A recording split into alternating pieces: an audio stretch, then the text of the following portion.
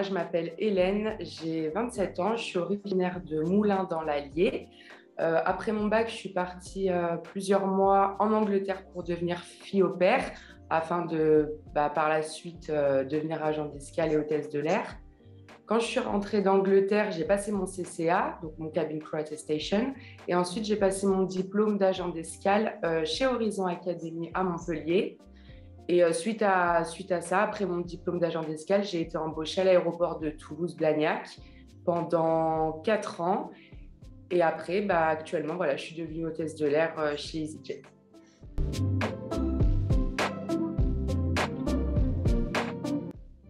Donc, un agent d'escale, une journée type, on arrive, on fait un petit brief entre nous. Ce qu'on va faire dans la journée, c'est qu'on va tourner entre l'enregistrement des bagages en fonction des vols qui sont ouverts dans la journée. Et après, on va alterner enregistrement des bagages et boarding. Donc, on va faire les embarquements. Voilà, ça va être ça la journée type. Après, on a les litiges bagages aussi qui font partie du métier d'agent d'escale. Donc là, ça va être plus au niveau des litiges avec les passagers s'il y a eu un bagage perdu, un bagage abîmé. Donc ça peut être un roulement comme ça qui va commencer par enregistrement des bagages, embarquement et un petit tour au litige bagages dans la journée. Voilà. Après, c'est un travail qui est hyper enrichissant au niveau du travail en équipe.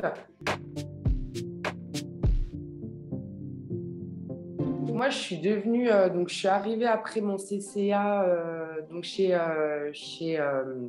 Menzies Aviation à Toulouse-Blagnac.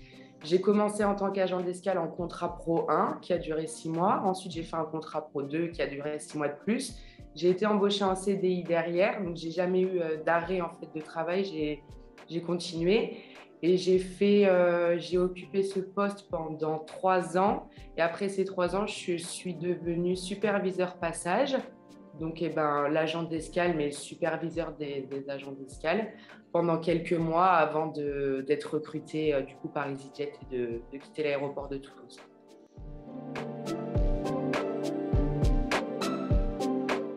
Alors, pour être agent d'escale, pour moi, les compétences les plus importantes, ça va être la disponibilité, la flexibilité, parce qu'il faut travailler les week-ends, il y a les heures de nuit, les vacances scolaires, c'est pareil, c'est en général là où il y a beaucoup de vols, donc c'est compliqué.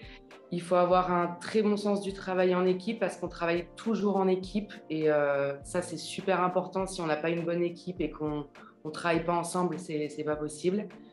Un très bon relationnel avec le passager, être à l'écoute du passager parce que voilà, c'est pas toujours évident. Et il faut être super dynamique. Les journées sont très longues mais passent très vite parce que enchaîner enregistrement des bagages, embarquement, faire ça toute la journée, il faut être super réactif et très dynamique. Et voilà, pour moi, c'est les points essentiels pour être un bon agent d'escale.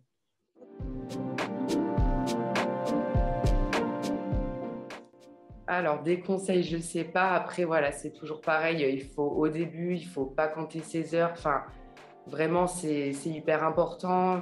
Il faut vraiment créer des liens avec ses collègues parce que moi, mes collègues, mes anciens collègues de l'aéroport de Toulouse sont vraiment devenus mes amis aujourd'hui parce que les matins, on commence à 3h15 ensemble.